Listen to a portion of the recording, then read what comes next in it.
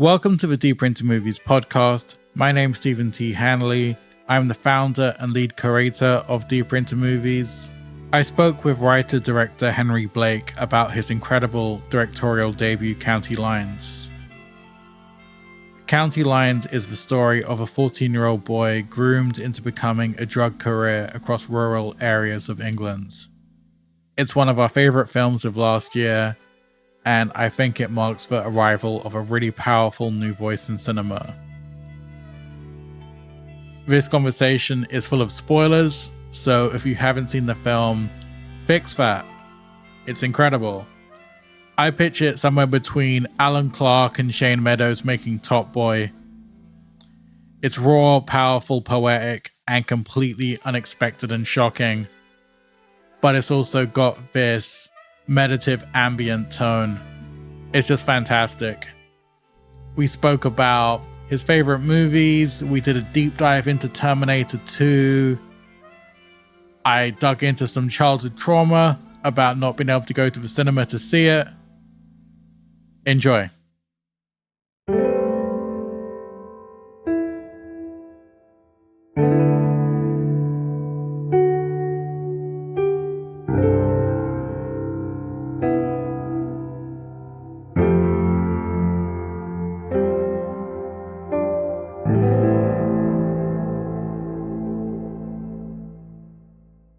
What did you grow up watching? And long before you wanted to be a filmmaker, I realized when you first start watching films, you're not thinking about cinematography, plot, who they're referencing. You just want to be as entertained as possible. Okay, that's such a great question, because I think me as a filmmaker, apart from my wife, Victoria, who's obviously my producer, she's has a huge responsibility to me being a filmmaker. But if you really want to go back to the source, I blame my parents for getting me into this mess, because I grew up with two parents and a sister, and we all loved movies. And my father in particular had a very liberal sense of what I was allowed to watch. So at a very young age, and I'm talking like 7 and 8, I was watching Predator. I was watching Predator 2. I was watching Alien and Aliens. And then I was going to school quoting all that shit. And my friends were like, holy shit. And then from there, I really got into... So I watched... Well, I think when I was like 10, I watched Texas Chainsaw Massacre. And I fell in love with that. And then when I was like 11 or 12, I watched Pulp Fiction. And then I was watching like quite hardcore American stuff. And then late at night in New Zealand, they would play horror films, but like really great horror films, like, the Puppet Master series, and like Hellraiser, and then all the Jasons, but from original, like from the very beginning, Nightmare on Elm Street. So I would stay up and watch all of that. And then at the same time, my mother was introducing me to photography and galleries and art and Monet and French cinema as well. Like we would watch modern French cinema, which was either crime or it was quite like, some of it was quite fucked up, like about family relationships that are just falling. Oh, that was fucked up, not Texas Chainsaw or Predator? No, because to me... No, that's I think that's a really good. Like, yeah, toe pooper, yeah, Godard. No. Warning. No, it's just, it's just like really fucked up family relationships and stuff, and we would love all of that. So I grew up with like quite sort of free American indie stuff, late night horror, and then quite powerful drama in the form of quite messed up French stuff. And then we would go to the cinema every single Sunday as well. My dad loved going to the cinema, and that was more contemporary stuff. So we would watch new releases. So, I remember going to the cinema with him once, and I was desperate to see Street Fighter with Jean-Claude Van Damme, and he was like, no, we're not watching that. And I was like, what? And he was like, we're going to watch this, because that looks so much more better. That looks better. It was Dumb and Dumber. And I was like crying. I walked into the cinema crying. I was like, fuck you, Dad. I want to see Street Fighter. Anyway, by the end of Dumb and Dumber, I was like, thank you, Dad. That was the greatest thing I've ever seen, because I found it so funny, you know. And then he showed me at home Easy Rider and Taxi Driver. And I was very young. And I said to him when I was watching Taxi Driver, I turned around and I said, but Dad, like, Robert De Niro's not doing anything. And he was like, exactly. Oh, wow. And I was like, and I remember watching Easy Rider with him. And by the end of it, because I loved the, the graveyard sequence, that really tripped me out. I was like 13. But you know what happens, obviously, at the end of Easy Rider. Yeah. And I turned around and I went, it was the first American film that I'd seen an ending like that. You know, like where I was like, you can't do that. You can't do that. You can't do that. You can't do that. And my dad was laughing and he said, well, they did it, you know? Yeah. So does that give you an idea of my sort of, it was quite liberal. There was one film that I wasn't allowed to watch from my mum. She barred it, right? Barred it. And it only drove my obsession for it more. And that was Trainspotting. She Really? didn't like she didn't like the drugs in it. There was something around the drugs, the depiction of it. Anyway, I ordered a VHS back in the day when the world was young and mighty and innocent. And when we could order VHSs and I could order it, I sort of snooped a VHS order and it came through the post and I was like, and Mum was like, what's that? I was like, nothing. And then when she was out, I watched it and it just blew my mind. And then I became, one of my major obsessions, and it still is Candyman. Oh, it's such an incredible film. Yeah. And I became obsessed with that film at a very young age. And it had a huge impact on me as a filmmaker because it scared the shit out of me. But I couldn't stop watching it. And I was very moved by it as well.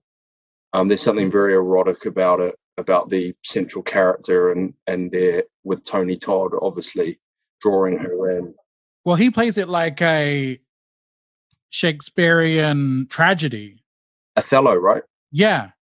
And Bernard Rose, well, I didn't realize until recently when we were doing a Jarman season at Moth Club that Bernard Rose was like a pal of Jarman and a really avant-garde filmmaker. Yes. Which I think is why he had such an interesting take on the horror genre. Yeah, and also, like, for me, I think the titles, the opening titles, you know, the overhead shot of the cities with the Philip Glass music, incredible. I was just like, this is.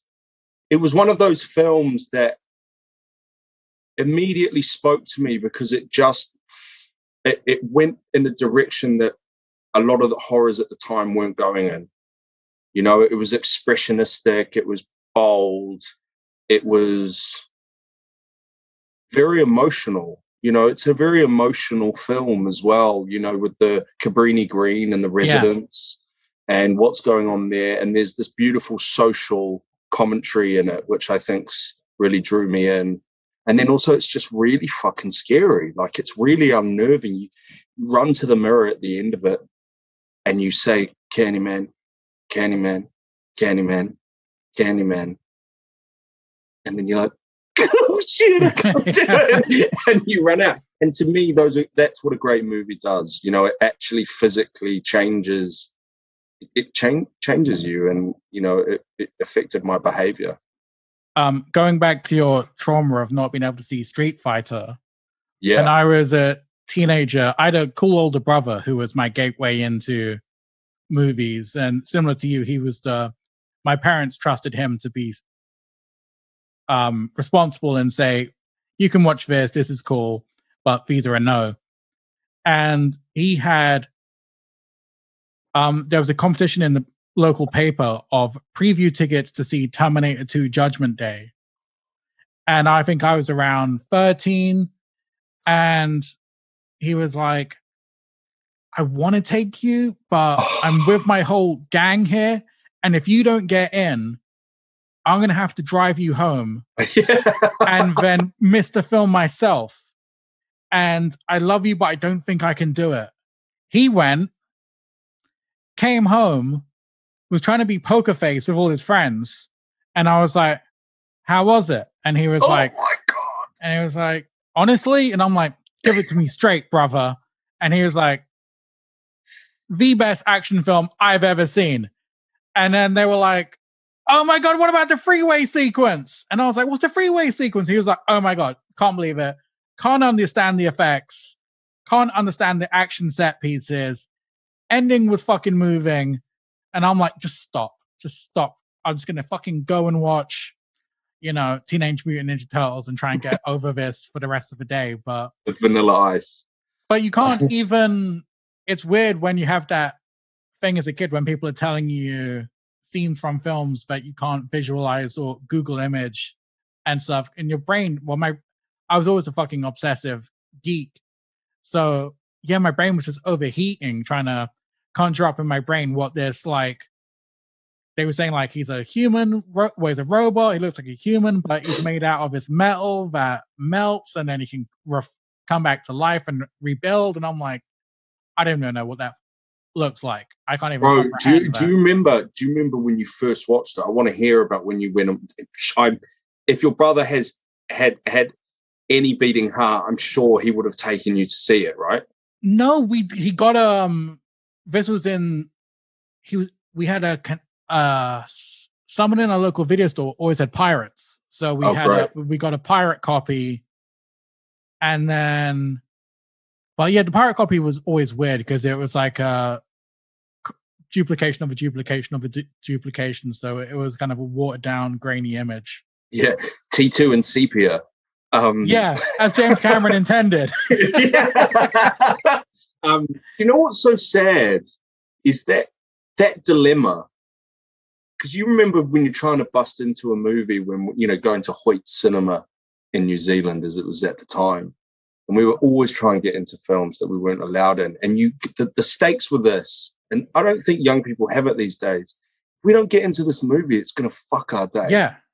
Like, do you know what I mean? Like, it's not just like, oh, we'll watch something else. No, but you can't see it anywhere else. You can't download it or go to another screening if you're the only cinema in town who's showing it. And it was like... And the stakes are that high, right? And there's something about the joy of that. I think, personally, Terminator 2, I watched it at 13 with my friend. 13 years old is the greatest age to watch Terminator 2 because... Edward Furlong was my Harry Potter. Yes. Do you know what I mean? When Welcome to the Jungle came on his motorbike on that stereo, and he was bowling through LA, I was like, that kid's living my dream.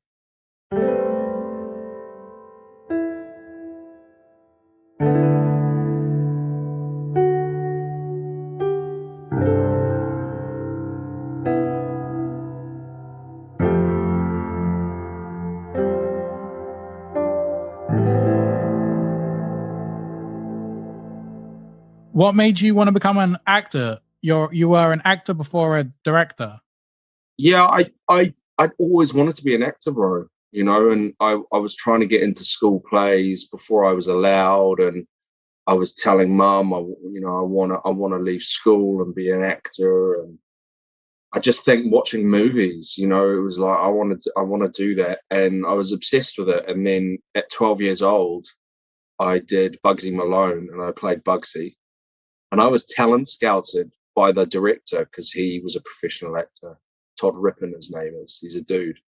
And I then got a TV show, and then I started working professionally in theatre and TV and a little bit of film up until I was 17. And then I had to leave school for good because I got a TV show, and then I was working. So I always told my mum, I said, I'm going to leave school one day for acting. I'll have to. She was like, oh, but I was right. So when did you pivot toward directing? You said you had a weird life moment where you readdressed acting and what you wanted to do with your life. Well, I think transitioning from being a child actor to an adult actor is very difficult. I have great admiration for anyone who can do it, of which there have been many. but many haven't. And I think that transition for me, I realized that whilst I was in London and all of my friends were actors and we were all together and we'd been in plays, etc. I think probably if I was honest with myself, around about 21, 22, I started falling out of love with it. When you do something you must remember by that time I'd been acting for, 10, 12 years. I'd been auditioning since 10. I'd had an agent since I was 12. So it wasn't something that I felt like I could walk away from immediately because there was a lot of, history. It so happened that as that deep sort of process was going on, my friends needed people to direct them in plays and monologues, etc. There weren't a lot of directors around really. And so I just always put my hand up, because I was up for working. I just like being creative. And then Victoria and a couple of my other friends, my boys, said, with the greatest respect, you're a better director than you are an actor. And it felt good to direct because there wasn't all this baggage. Like acting's hard and it comes with a lot of things and baggage. And for me, I felt free and I still feel free when I direct. So she introduced me, Victoria, actually, to the work of John Cassavetes and Von Trier. And those two filmmakers at that time, as a young man, I hadn't actually discovered their work before that, which was quite surprising. But I just went, I knew, I was just like, that's it. That's it. That's it. It's signed, sealed, delivered. That's what I need to do with my life. So I owe a lot to my two friends and I owe a lot to Victoria because, I think people see it in you before. What I will say is my father, one night when I was 15, he was cooking and just having a little glass of vino tinto. And we were talking about acting and I was talking about what I want to do. And he said to me, I think with you, Henry, like you'll move on from the acting and you'll become a writer director. And when you're 15 years old and your parents tell you something, you're just like, shut the fuck up. Like, Dad, shut up. Right? Like Will Ferrell and Step Brothers. Step Brothers, yeah. So let me get this straight. You're kicking us out. You're not giving us a flat, and you're telling that we have to go to therapy. Are you fucking high? And so I was like Will Ferrell in that moment. I was like, "Get the fuck up, you geriatric fuck! Like you don't even know what you're talking about." And my dad, bless him, just went okay and just kept cooking. So he's a wise man. What was so triggering about your father telling you that he thinks you're gonna stop acting and move to behind the scenes? Probably the truth, right? I mean, it's not like you said you're going to become a cab driver or start working at McDonald's or something. It wasn't crushing your dreams. Maybe it was a way of him getting me away from acting because he knew he didn't want me to be a cab driver or right. Yeah. So he's planting the idea. I don't know, but you must understand as a young man at that time, I was obsessed with acting. I've been obsessed with acting since I was a kid. Like I've been obsessed with it. It's a craft, and I still am obsessed with it. I think it's an amazing craft. So when you have that obsession and someone tells you that you're not going to ultimately be that and be something else, Yeah, I can see that. It doesn't work. It doesn't compute. Fill in the timeline from 2012 to 2017. You were making roughly a short film a year. That's it. How are you supporting yourself at this time? So I was a youth worker. I'd mentor vulnerable kids and work with the families and work with the local authorities and Victoria did it as well a little bit and other friends did it. And at the same time, when we were making the short films, we would run kids' workshops, and that work, we would charge a little nominal fee, I think between like £3 and £5 to come. the parents would love it because we'd take their kids off their hands for, you know, the morning on a Saturday morning, or we'd do a half-term workshop, and that would pay for the short films. Really? That's amazing. Yeah. What made so you become a youth worker? I didn't want to do a bar job, you know, and a friend of ours who now lives in New York was doing it, and she was like, look, it pays quite well. It doesn't pay quite well, but when you were that young, you know, it gave us a bit of freedom in terms of time, because it's not, you know, depending on how long you're paired up with a young person or the commission or how much local authority support there is, you know, you can be doing it once, twice a week with, you know, or you can do it every day, but you're not maybe doing it, you know, all day, every single day. At that time, anyway, the shape of the work was quite different. So it afforded us to work on our craft as artists as well, you know. And is this how you first became aware of drug trafficking and grooming that became the theme of County Lines?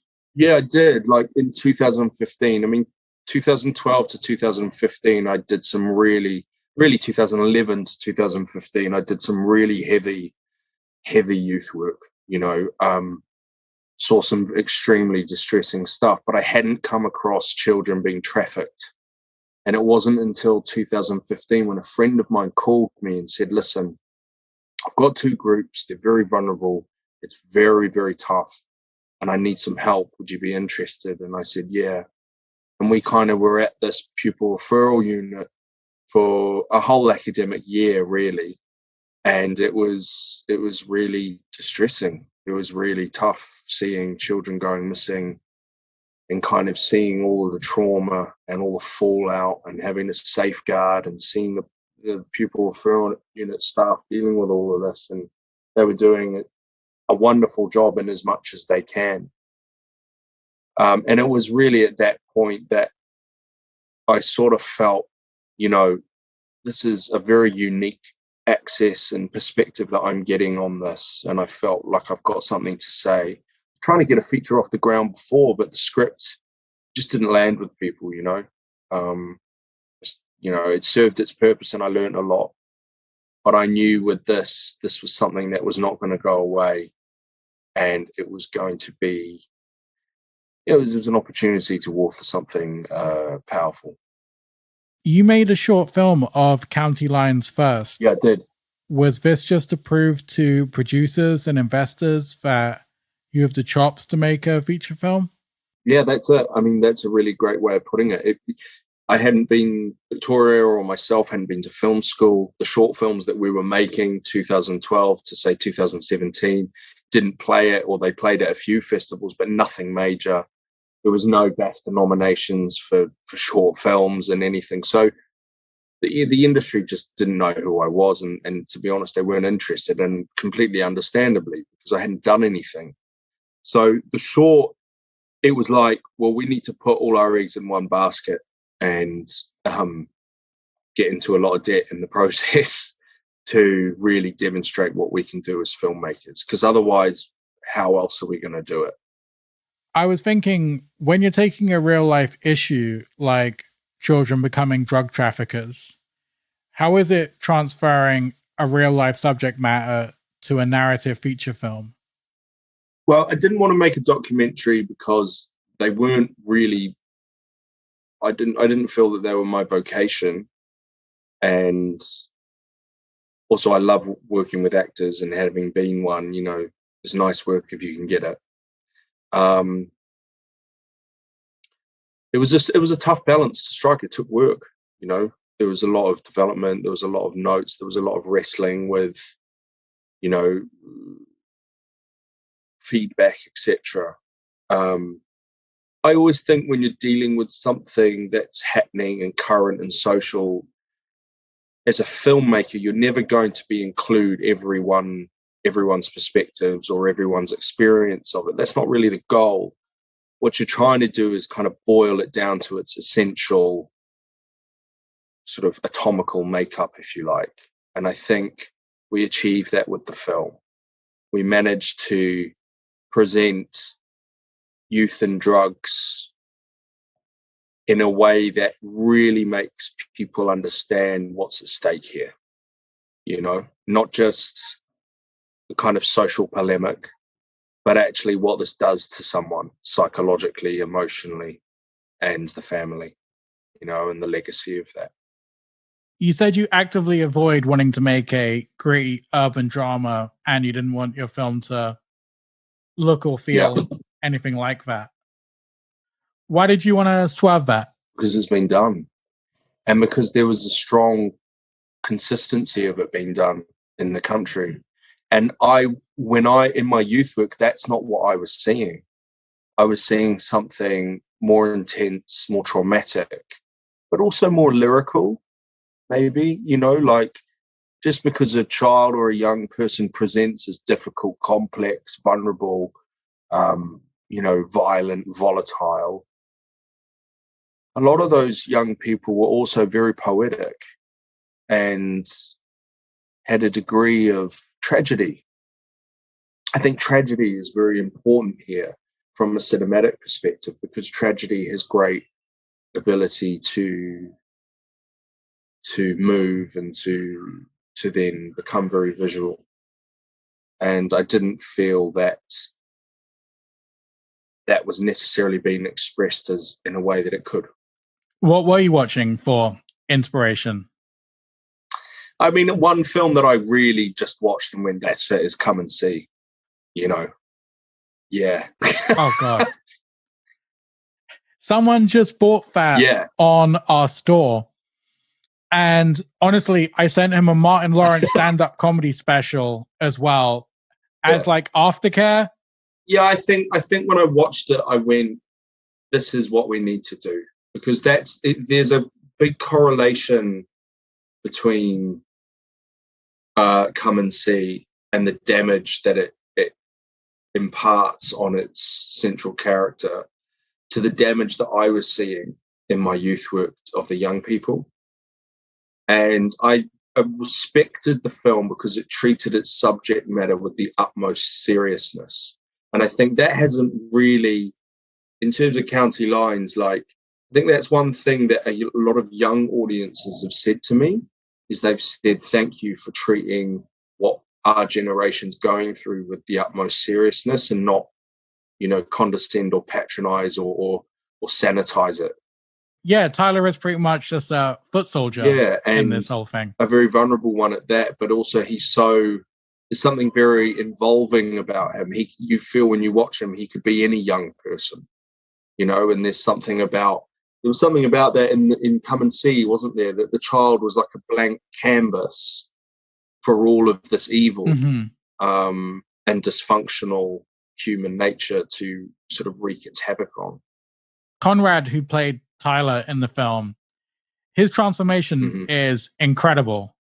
How did you work with him on that? I think we cast him, a year before, or roughly. So there was a lot of discussion. We would meet up. I would give him quite a lot of, well, not a lot, but just a series of questions to go away and mull on. And so he would go away, and obviously he's a very internal actor, quite thoughtful. So you never want to step in the way of that, but you need to give that process time. And I think also, I said to him, and I was very clear that, for 24 days or however long we're shooting, it's gonna be tough in moments. I'm not gonna lie. I mean, any film that you make is tough, but I'm gonna push you, and I'm gonna be very honest with you when I don't think we need to go further. But you're always gonna have safe words. You're gonna have action and cut, and they're your safe words. They're telling you that something is beginning, but they're also telling you that something is ending.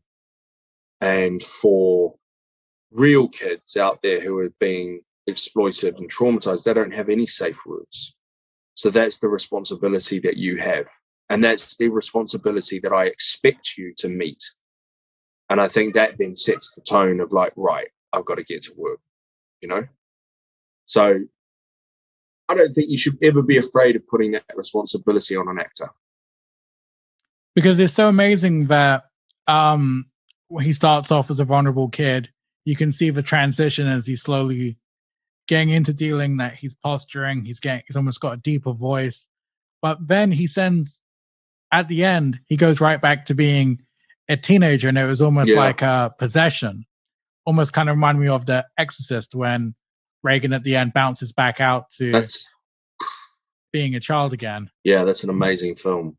One thing that you hear from parents a lot who have been affected by this and are continually affected is that they literally see their child transform before their eyes. And that aspect of that statement is very interesting, isn't it? Because it all ties in with a sort of natural progression of young people evolving, which is adolescence. But then, and that's fucking painful enough, isn't it? It's like for everyone involved, adolescence is painful enough. But then you heap on something like County Lines exploitation, and it is a sort of possession, because these young people are being anesthetized and groomed and coerced and driven by fear and violence into states of minds which are incredibly dark. And I think Conrad did a great job at that. So 40 minutes in, there's an incredible sequence where Tyler gets on the train and he has to go to the crack house overnight, and he's just been given a map and been told to go out and to deal. And we have no idea how long he's going to be there, how long he's going to be kept there. His mum has no idea where he is. And it's just so fucking stressful and despairing to watch.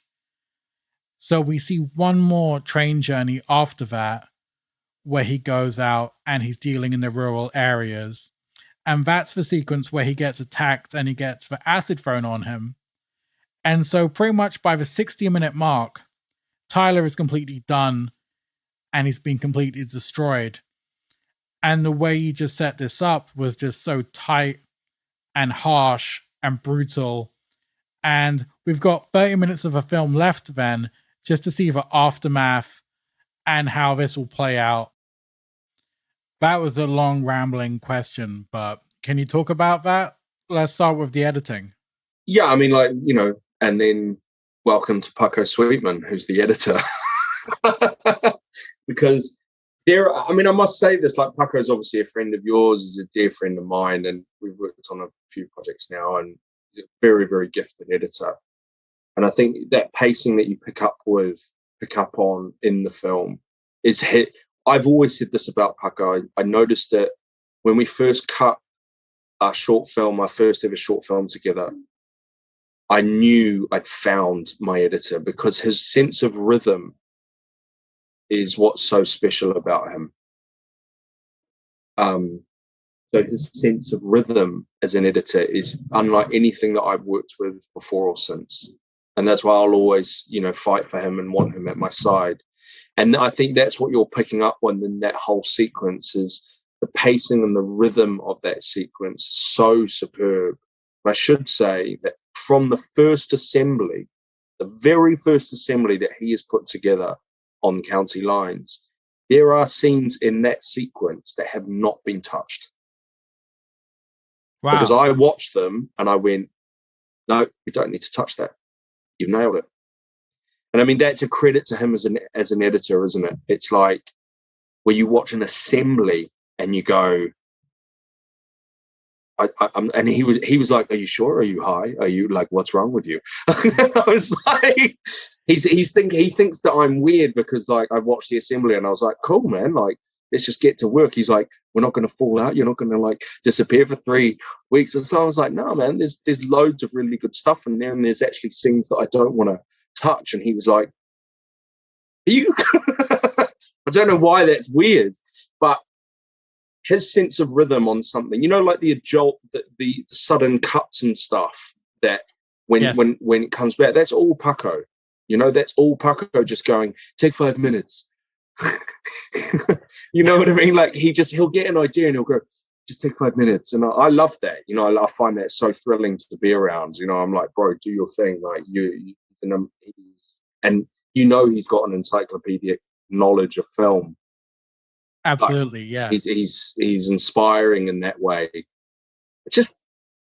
I just love the way he views stuff. I think he's got a very musical sense as an editor. He is about obviously story and you know,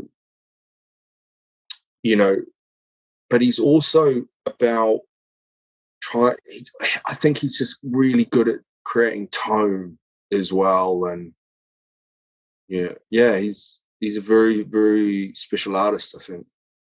So all of that whole sequence, a lot of people comment on that, how strong it is, and really that's him. But you've ramped it up so hard, and he's had the attack, and then you just have almost this.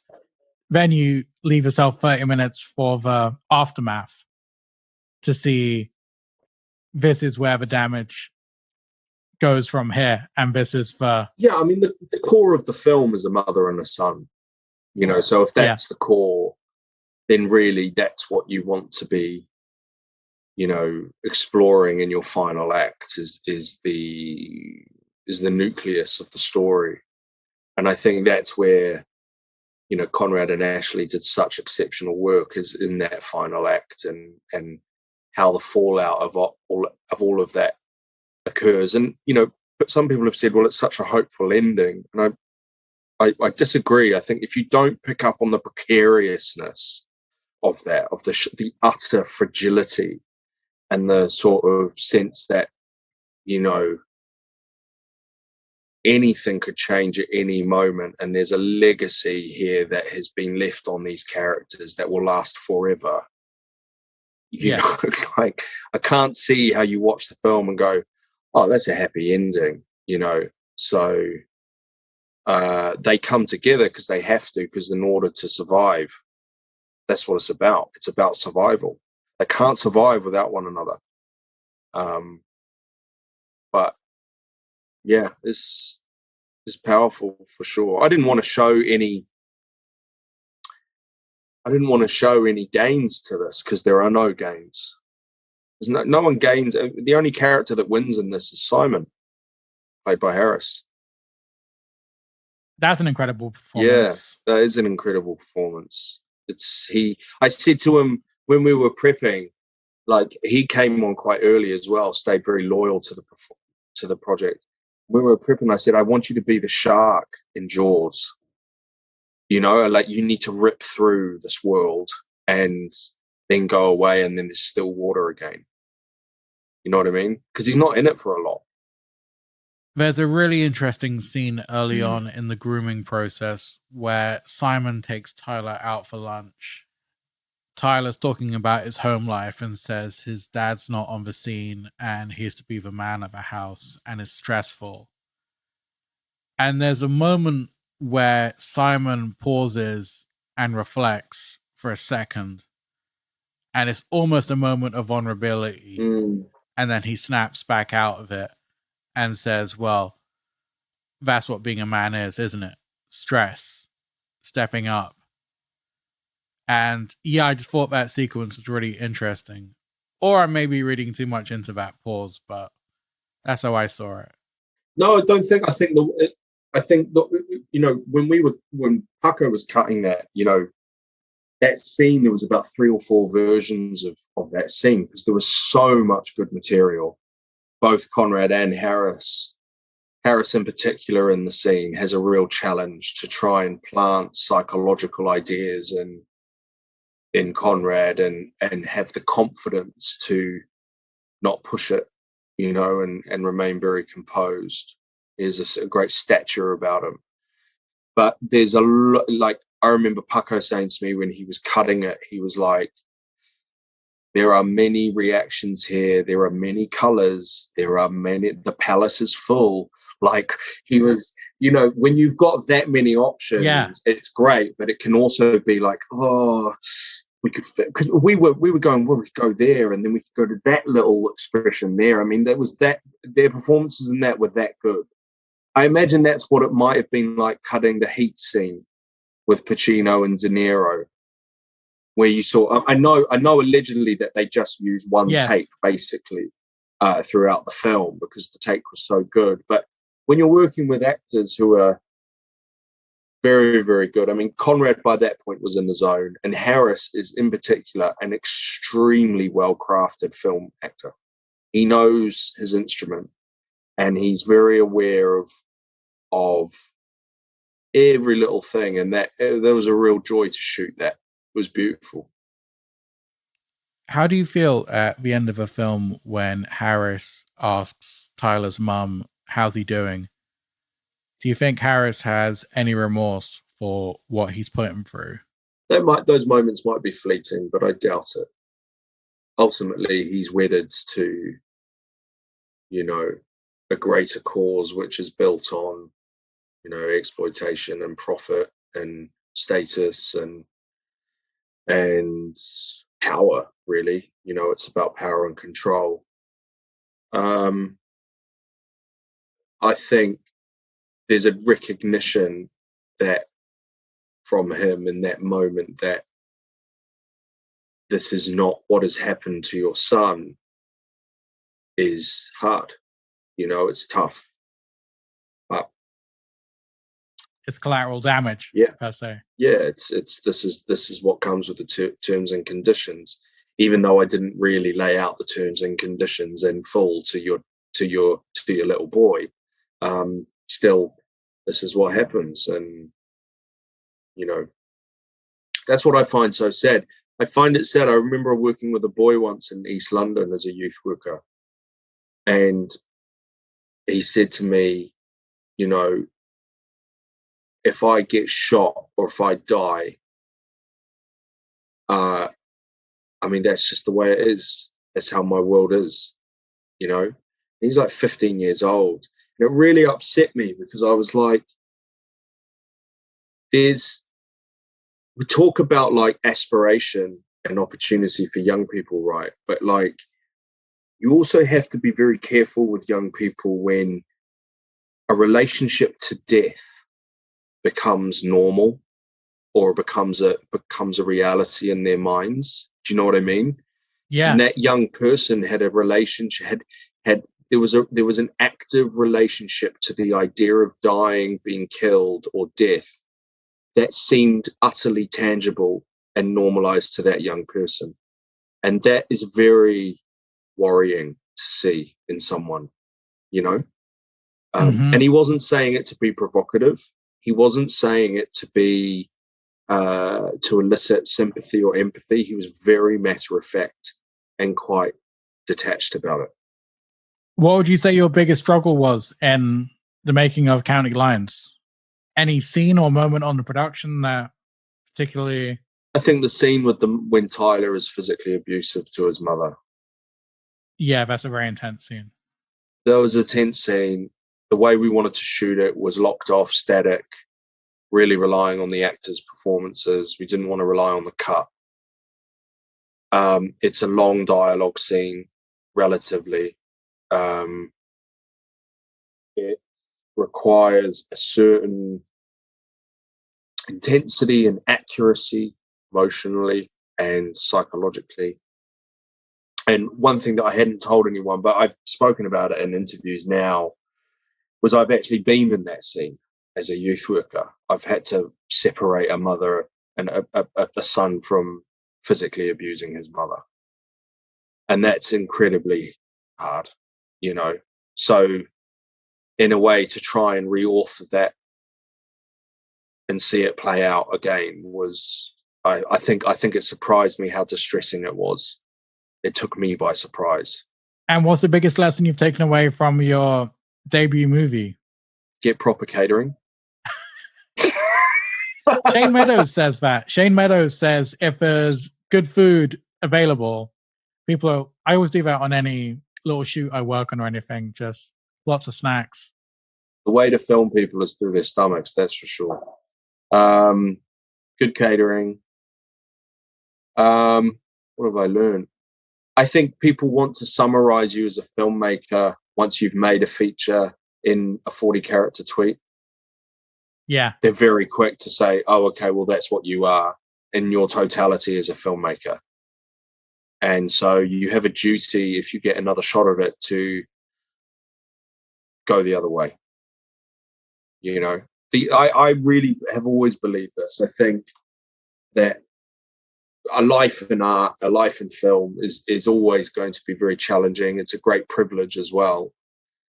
But the one thing that we always have up our sleeve, and you included as a curator, and I think a lot of people forget about this, is we always have the element of surprise in our back pocket, because we can engineer that. Do you know what I mean? So I was surprised at how quick and how consistent the summation of me as a filmmaker has been kind of laid down.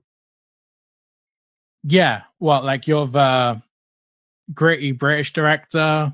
The new social realist kid on the block. Right. You know what I mean? Following in Loach. Yes. And look, we love Loach and he's contributed a lot. But when I made this film, I had absolutely zero ambitions from that perspective. I was trying to kind of write and film a diary entry. So it's interesting. We now live in a sort of 40 character tweet world, which is, that's how you're summed up. Having said that, the sort of larger critics and the critical reviews have not done that. It's been more the sort of, the greater, how John Voight says, information. Yeah. It's just out there. Not John Voight, but the other character in me. You just pick up on it, don't you? You pick up on the sense of, oh, okay, I never said that. I never signed a contract that I was saying that. I never, Yeah, I think everyone, it's almost, you can't help but to, it's so annoying. I do it myself and I'm like, oh, it's this meets this. You just draw together. I don't necessarily mind that. I don't mind if you do a film and it's like, oh, it's this meets this. I think that's fine. It's when, because usually if you're merging the two films, then something in the middle you're making is, oh, that's a. It's the filmmaker that I'm talking about. It's like, right. Oh, well, they can only really do that, or that's them, right? And there are filmmakers out there who play into that. But I think for me, I've spent my whole life, even before film, if you were to tell me to go that way, I will just go that way. That's the job. Are you thinking of going forward doing different? Have you got like different genres in mind that you'd want to tackle? Very different. The next two projects that I'm working on right now are, I want you, our next podcast that we do in a few years, I think I want you, just the first thing will be like, holy shit, I didn't see that coming. Yeah, that's exciting. Yeah. And that is exciting, isn't it? And that excites me. And, without being too selfish about it, I've got to remain excited about the work. Of course, yeah. Why would I want to make County Lines Part 2? Like, why would I want to do that? Like, I don't see any value to that. I don't see any contribution to the film industry or to cinema. And so, yeah, there's a lot I want to explore, and I might not, they might not all be, seminal masterpieces, but at least I can say, like Matt Damon says to that fucking punk in Good Will Hunting, at least I won't be unoriginal.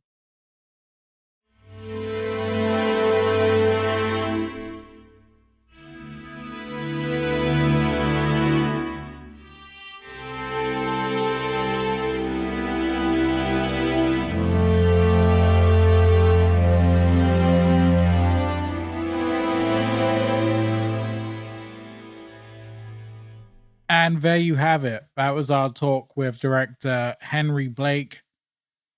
County Lines is available on BFI Player. The DVD, and I hope Blu-ray, is out on April 19th.